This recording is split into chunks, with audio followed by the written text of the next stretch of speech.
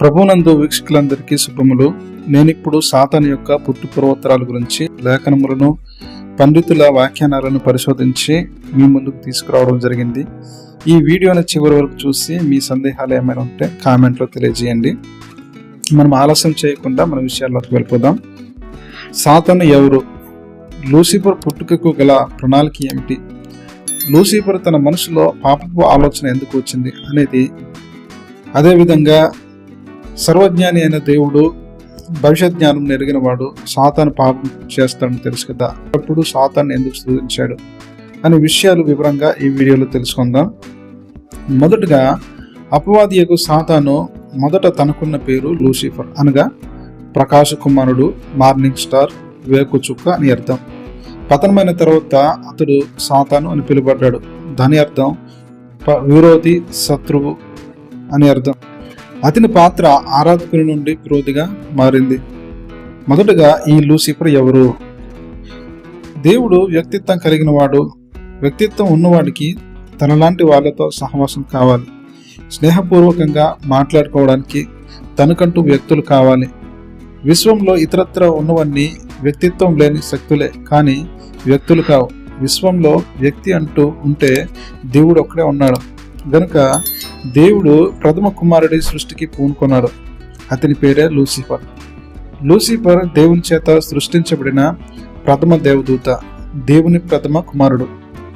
యెహెజ్కేలు 28వ అధ్యాయం 12 నుండి 14 వచనాల ప్రకారం లూసిఫర్ జ్ఞానంలోను, సౌందర్యంలోను, పరిశుద్ధతలోను అత్యున్నతమైన దూతగా సృష్టించబడ్డాడు. దేవుని సృష్టి ఏది కూడా చెడు లేదు. ఆయన సృష్టించినవన్నీ మంచిదే. లూసిఫర్ జ్ఞానపు అంతస్తు అత్యున్నతమైనది. లూసిఫర్ కంటే జ్ఞాన వివేకాలు కలిగిన వారు సృష్టించబడిన దేవదూతల్లో ఎవరూ లేరు. బుద్ధి, జ్ఞానము, వివేకము, విషయ పరిజ్ఞానము, తర్క ప్రావీణ్యంలో లూసిఫర్కు సాటి ఎవరూ లేరు. అతడు పరిపూర్ణ సౌందర్యం కలిగినవాడు. అదేవిధంగా పరిశుద్ధతలో పరిపూర్ణుడు. యెహెజ్కేలు 28వ అధ్యాయం 14 వచనాల ప్రకారం దేవునికి సృష్టించబడిన పర్వతం మీద నీవుంటివి, కాలుచున్న రాళ్ళ మధ్యను నీవు సంచరించుచుంటివి. ఈ అంతరిక్షంలో ఎల్లులు లేని శూన్యమండలంలో ఎక్కడో ఒక అద్భుత పర్వతం ఉంది. అది దేవునికి మాత్రమే ప్రతిష్ఠించబడింది. అక్కడ రాళ్ళన్నీ అగ్నిమయంగా కాలుతూ ఉంటాయి. ఆ అగ్ని సమమైన పర్వతం మీద కాలుచున్న రాళ్ళ మధ్య లూసిఫరు సంచరిస్తూ ఉండేవారు. అంటే అప్పట్లో అతడు అంత పరిశుద్ధుడుగా ఉన్నాడనమాట.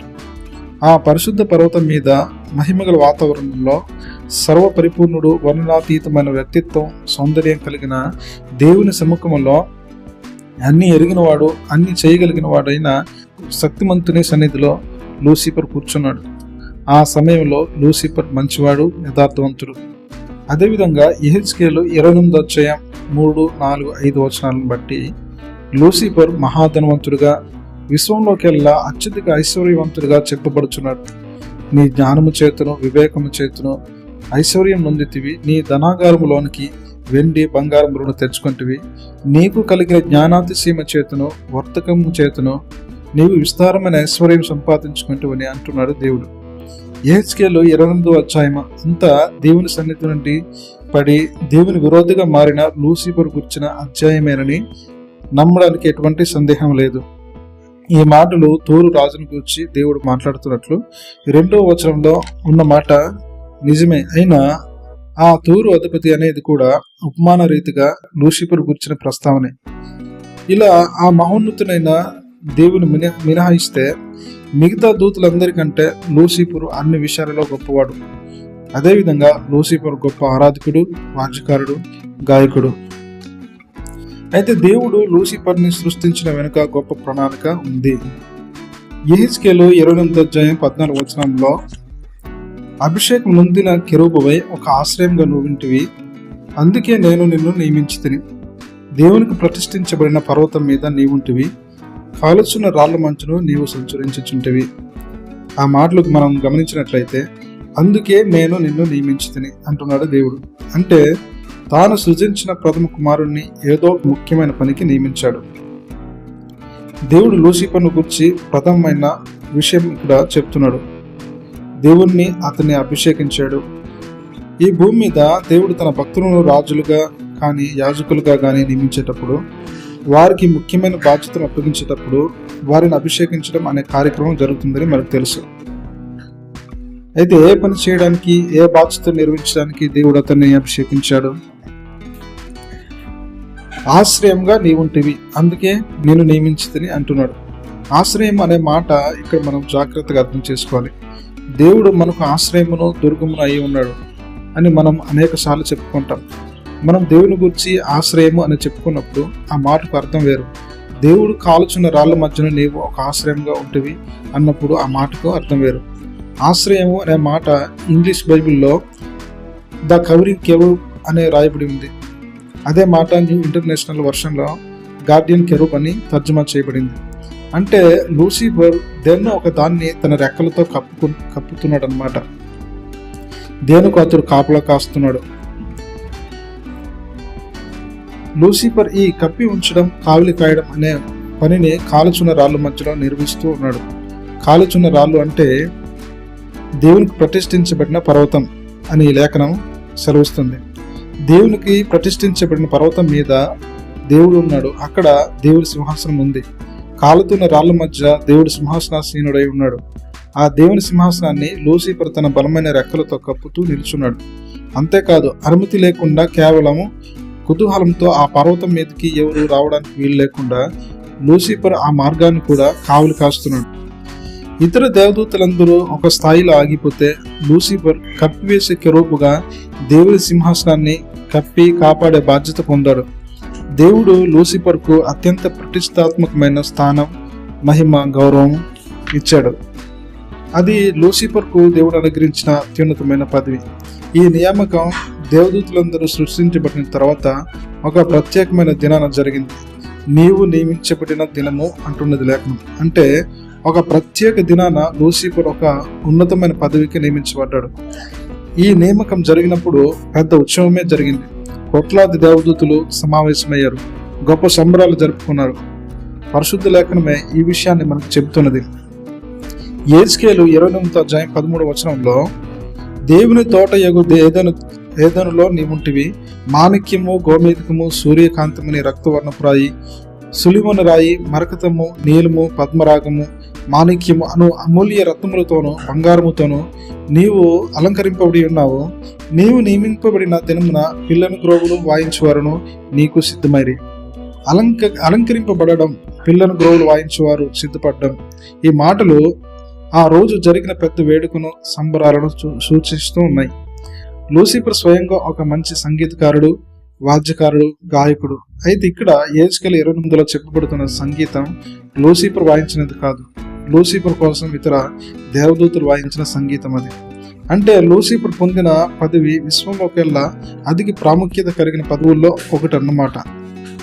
అతను అభినందిస్తూ, ప్రశంసిస్తూ కోట్లాది దేవ కుమారులు పాటలు పాడారు, సంగీత కార్యక్రమాలు నిర్వహించారు. ఈ విధంగా కాలుతున్న రాళ్ల మధ్యలో దేవుడు లూసిఫర్ను తన ఆప్తమిత్రునిగా గౌరవించి తన రహస్యాలన్నీ లూసిఫర్కు తెలియజేశాడు.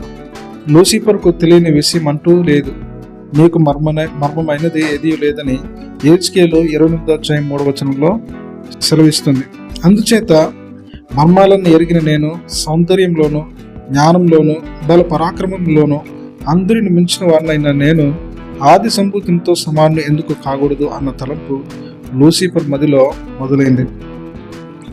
అప్పటి నుండి ఆ తలంపు అంతకంతకు బలపడి నేను తప్పకుండా మహోన్నతునితో సమానుని కావాలి అన్న దురాశగా మారింది. లూసిఫర్ సృష్టికర్తను పడద్రోసి తానే సర్వోన్నత సింహాసనాన్ని ఆక్రమించాలని, తానే దేవుని స్థానంలోకి రావాలని అనుకున్నాడని, ప్రయత్నించాడని సాధారణంగా మనం అనుకుంటూ ఉంటాం. అయితే ఈ సందర్భంగా మనం లోతుగా ఆ కాలపు లూసిఫర్ మనస్తత్వాన్ని, అతడు అవలంబించిన తర్కాన్ని మనం అర్థం చేసుకోవాల్సిన అవసరం ఉంది. లూసిఫర్ తెలివైన వాడు. అంత తెలివైన వ్యక్తి సృష్టికర్తను పడద్రోగలని ఎలా అనుకుంటాడు? సృష్టికర్త అంటే తనంత తానే ఒక అనంతమైన సత్య సంపన్నుడు. ఆయన సృష్టిస్తేనే ఉనికిలోనికి వచ్చిన వాడు లూసిఫర్. సృష్టించబడిన వాడు తన్ను సృష్టించిన వాడిని ఎలా పడద్రోస్తాడు? ఈ మాత్రం ఆలోచన, ఇంగిత జ్ఞానం లూసిఫర్కి లేవా ఉంటుంది. దేవుని ప్రథమ సృష్టి అయిన లూసిఫర్ మనందరికంటే చాలా తెలివైన వాడు. సృష్టికర్తను లేకుండా చేయగలను అని కానీ ఆయనను సింహాసనం నుండి పడద్రోయగలను గాని పూర్ణ జ్ఞానిగా ఉండిన సమయంలో లూసిఫర్ కలలో కూడా ఊహించడు. ఇక్కడ అసలు విషయం ఏమిటంటే లూసిఫర్ తాను దేవుని అవుతానని గాని దేవుని పడద్రోస్తానని గాని ప్రారంభంలో అనుకోలేదు. దేవుని పడద్రోయాలి అనేది లూసిఫర్కు తర్వాత దశలో వచ్చిన ఆలోచన. వాస్తవానికి ప్రారంభంలో లూసిఫర్ అనుకున్నది యేషయా ప్రవక్త మనకు చెప్తున్నాడు. మొదటిగా దేవుని నక్షత్రముల పైగా నా సింహాసనమును హెచ్చింతును, రెండవదిగా మహోన్నతునితో సమానునిగా చేసుకుందును అని అతడు అనుకున్నాడట. మహోన్నతుడు అనగా దేవుని జనతైక కుమారుడైన ఆది సంభూతునితో తాను సమానుడు కావాలని లూసిఫర్ ఆశించాడు. అది లూసిఫర్ యొక్క దురాశ అనేది ప్రారంభమై రాను రాను కాలం గడిచే కొలిది పరిపక్వమైంది. ఒక దశ వచ్చేసరికి లూసిఫర్ తన జీవిత లక్ష్యాన్ని స్థిరంగా నిర్దేశించుకున్నాడు. 6 ఎంత కష్టమైనా సరే తాను మహోన్నతినితో అంటే దేవుని జనతైక కుమారునితో సమానుడు కావాలని, ఆ స్థాయికి తన సింహాసనాన్ని హెచ్చించాలని లూసిఫర్ స్థిర తీర్మానానికి వచ్చేశాడు.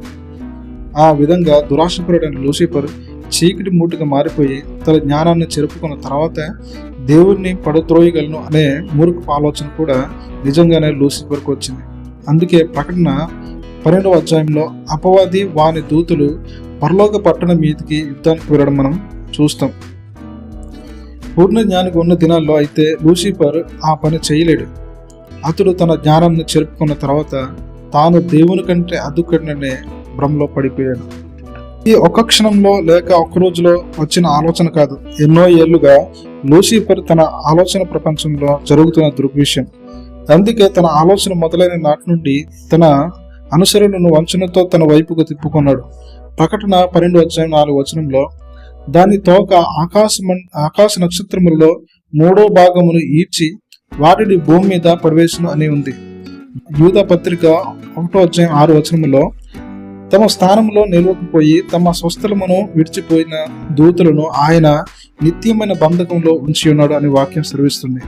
అంటే లూసిఫర్ తన మనసులో పాపం మొదలైనప్పటి నుండే 3వ భాగం దేవదూతులను వంచనతో తన వైపుకు తిప్పుకొని దేవునికి తిరుగుబాటు చేయడానికి ప్రేరేపించాడు. ప్రకటన గ్రంథం 12వ అధ్యాయం 7 నుండి 9 వచనాల్లో అంతటా పరలోకంలో యుద్ధము జరిగెను. మిఖాయేలును అతని దూతలను ఆ ఘట సర్పంతో యుద్ధం చేయవలనని ఉండగా ఆ ఘట సర్పము దాని దూతలను యుద్ధం చేసిరి గాని గెలవలేకపోయిరి గనుక పరలోకమందు వారికి కష్టం లేకపోయింది. కాగా సర్వలోకమును మోసపుచ్చుచు అపవాది అనియు సాతానుని పేరు గల ఆది సర్పమైన ఆ మహాఘట సర్పము పడద్రోయబడెను. దాని దూతలు దానితో కూడా పడద్రోయబడిరి. ఇలా తన అందమును బట్టి జ్ఞానమును బట్టి గర్వించి మహిమాన్వితమైన స్థానాన్ని పోగొట్టుకున్నాడు. మరి సర్వజ్ఞాని అయిన దేవుడు భవిష్యత్ జ్ఞానమును ఎరిగిన వాడు లూసిఫర్ పాపం చేస్తాడని ముందుగానే తెలుస్తుంది కదా. అలాంటప్పుడు లూసిఫర్ ఎందుకు సృజించాడు అనే ఆలోచన అందరికి రావచ్చు. కానీ దేవుడు రహస్యమైనది ఏది ఉండదు. మన మనసులోని భావాలు ఆయనకు స్పష్టంగా తెలుస్తుంది. ఆయన స్వతహాగా స్వభావరీత్యా సర్వజ్ఞుడు గనుక ఆయనకు అన్నీ తెలిసిపోతూ ఉంటాయి. కానీ ఆయన ఎవరి ఆలోచన ప్రపంచంలోనూ వాళ్ళ ఇష్టానికి వ్యతిరేకంగా ప్రవేశించడు, నియంత్రించడు. ఆయనకు అన్నీ తెలిసిపోతున్నా నడుస్తున్న ఆలోచనలను ఆయన అవరోధం కల్పించడు. గనుక ఆలోచనల్లో అందరూ స్వతంత్రులుగానే ఉంటారు. ఎందుకంటే ఆయన తన వంటి స్వతంత్ర వ్యక్తులను సృజించాడు. ఫ్రీ విల్ అనేది మనుషులకి దూతలకి ఇచ్చిన ఒక వరం. అంటే మంచిని చెడును ఎంచుకునే స్వేచ్ఛ ఇచ్చాడు. ఇది లేకపోతే మనం రోబోలులా ఆయన మాట వింటూ ఉండేవాళ్ళం. దేవుడు ఫ్రీ విల్ ఎందుకు ఇచ్చాడు? ప్రేమ అనేది బలవంతం కాదు. ఒకరు నీకు బలవంతంగా నేను నిన్ను ప్రేమిస్తున్నాను అంటే అది నిజమైన ప్రేమ కాదు. నిజమైన ప్రేమ ఉండాలంటే స్వేచ్ఛ ఉండాలి, ఎంచుకునే అవకాశం ఉండాలి. అందుకే దేవుడు మనిషిని దూతులను ఎంచుకునే స్వేచ్ఛతో సృజించాడు. లూసిఫర్ మొదట పవిత్రుడే, కానీ తన ఫ్రీ విల్ తన స్వేచ్ఛ చిత్తముల ద్వారా గర్వాన్ని ఎంచుకున్నాడు. ఆయనను అనుసరించిన దూతలు కూడా వారి స్వేచ్ఛతో సాతానుని కలిశారు. ఫ్రీ విల్ ఉన్నా కూడా మన క్షేమం కోరి దేవుడి నుండి ఆజ్ఞ హెచ్చరిక ఉంటుంది. దాన్ని ఎంచుకునే స్వేచ్ఛ మనలోనే ఉండాలి. ఏదైనా వనంలో ఆదాము హవ్వలు కూడా ఫ్రీ విల్ అనేది దేవుడు ఇచ్చాడు. కానీ జ్ఞాన వృక్షం తినకూడదు ఆజ్ఞ కూడా ఇచ్చాడు. కానీ వాళ్ళు తప్పు ఎంపిక చేసుకున్న ఫలితంగా పాపం, మరణం ఈ లోకానికి వచ్చింది. అయినా దేవుడు ఫ్రీ విల్ని తీసుకోలేదు. ఇప్పటికీ మనకు కూడా ఫ్రీ విల్ ఉంది. మనం ఏది ఎంచుకుంటే దాని ఫలితం అనుభవిస్తాం. మంచిని ఎంచుకుంటే దేవునితో జీవితం, శాంతి, ఆనందము. చెడుని ఎంచుకుంటే పాపము, బాధ, నాశనం ఉంటుంది. ఈ వీడియోని నచ్చినట్లయితే లైక్ చేయండి, సబ్స్క్రైబ్ చేయండి. మరిన్ని వీడియోల కోసం అనేక మందిని షేర్ చేయండి. God bless you.